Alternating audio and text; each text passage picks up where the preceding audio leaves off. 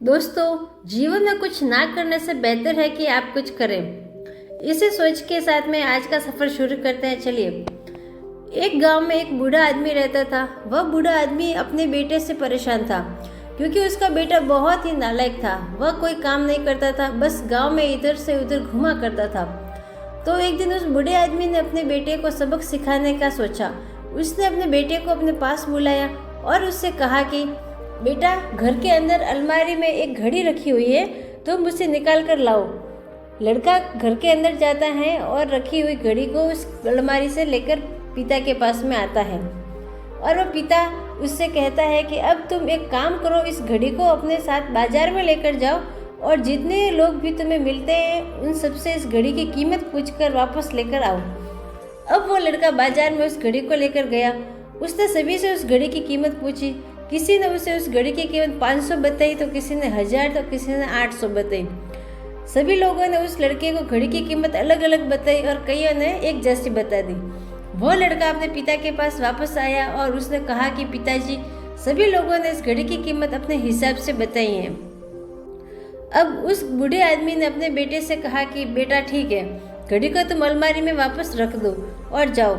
अब अगले दिन फिर से उस बूढ़े आदमी ने अपने बेटे को अपने पास बुलाया और उसे फिर से अलमारी से घड़ी लाने को कहा। लड़का फिर जाता है और अलमारी से घड़ी निकाल कर लाता है। और अब उस बूढ़े आदमी ने अपने बेटे से कहा कि बेटा जाओ और आज तुम घड़ी के अंदर जो समय चल रहा है उसकी कीमत पूछ कर आओ। लड़के को समझ नहीं आ रहा था कि उसके पिताजी उससे क्या करवाना चाह रहे हैं। वह दुखी मन से फिर उस घड़ी को लेकर बाजार में चला जाता है और सभी लोगों से उस घड़ी के अंदर जो समय चल रहा था उसकी कीमत पूछता है। लोगों को लगता है कि इस लड़के की मानसिक स्थिति ठीक नहीं है। कल ये घड़ी की कीमत पूछने आया था और आज समय की कीमत पूछने आया है।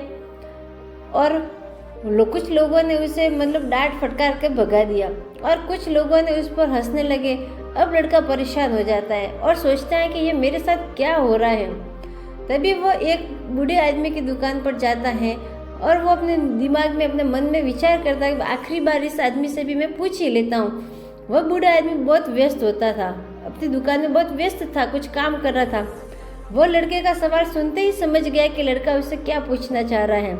उस बूढ़े आदमी ने अपना कुछ समय निकाल कर लड़के से कहा कि बेटा, ये जो समय है ना, जिसकी तुम कीमत पूछ रहे हो, इसकी कोई कीमत नहीं लगा सकता।